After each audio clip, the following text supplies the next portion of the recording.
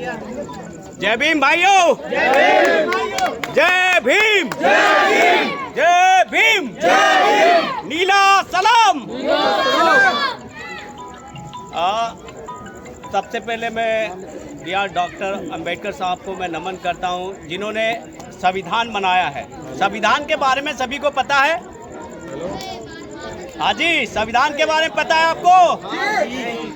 संविधान मतलब क्या? हमारे हक की लड़ाई है, जिसे हमें लड़ना है। हक की लड़ाई क्या? अब संविधान नहीं रहा है, कहीं ना कहीं उसे तोड़ा मरोड़ा जा रहा है। जैसे कि आप अगर अपनी यूनिटी कायम नहीं करेंगे, वैसे ही संविधान कहीं ना कहीं तोड़ मरोड़ कर खत्म किया जाएगा। तो सबसे पहले आपको संविधान को सेव करने के लिए अपने आप को समझना होगा कि हम हैं क्या। अपने आप का बंटवारा नहीं करना। हमारी लड़ाई किसी धर्म से नहीं है, हमारी लड़ाई B.R. अम्बेडकर साहब के विचारधारा की है। डॉक्टर अंबेडकर साहब की विचारधारा की लड़ाई है ये। उस अंबेडकर साहब की विचारधारा के अकॉर्डिंग हमें आगे बढ़ना है। संविधान को समझना है, उसके हिसाब से चलना है। कहीं भी ऐसे नहीं जाना है कि जहां पर आपको दिक्कत तकलीफ हो।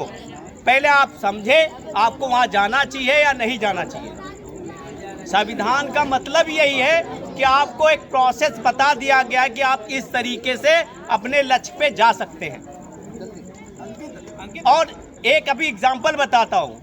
एक स्कूल है, अपने गाजियाबाद में ही है, लड़की के साथ रेप हुआ। अब रेप हुआ, वही स्कूल क्या, समाज की बच्ची रेप हुआ। अब वही स्कूल की करनी क्या, देखो विचारधारा का खेल है। करनी ये है, उस बच्ची को बच्चों के साथ नहीं बिठाया गया, बल्कि अलग बिठा दिया गया। ये क्या है? विचारधारा है जो चली आ रही है। इसे आप तभी खत्म कर सकते हो जब आप शिक्षित होगे, कॉन्स्टिट्यूशन यानी संविधान को पढ़ोगे। यदि आप B.R. अम्बेडकर साहब के जीवनी ही पढ़ लोगे, तब भी समझ जाओगे उन्होंने क्या क्या संघर्ष किया है समाज के लिए। खाली एक समाज के लिए ही नहीं किया, OBC में पता नहीं कितने समाज हैं या कितनी जातियां हैं, वर्ण हैं, उनके लिए और अपने समाज के लिए, अल्पसंख्यक के लिए, सबके लिए किया उन्होंने।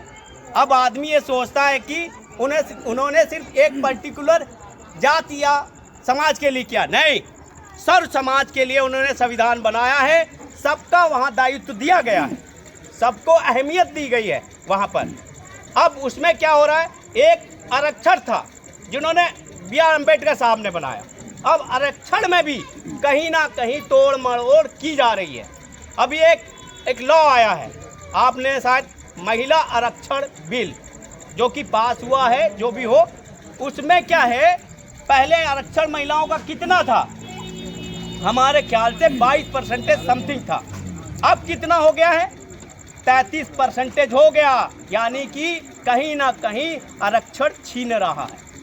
आप लोगों को एक मंच पे आना होगा। हमारा ये दायित्व नहीं है, हम खुद इतने सक्षम हैं, आरक्षण भी ना हो तब भी हम करके दिखाएंगे। इसका एग्जाम्पल है एक जो कि समाज की लड़की ने क्या किया, 95% से जज बनी है। बहुत बड़ी बात होती है। यानी आरक्षण हमें नहीं चाहिए, कोई ऐसी बात नहीं है, लेकिन कम से कम आप खुल के तो चेंज करो। कुछ बदलाव कर रहे हो, सही तरीके से तो करो उसमें।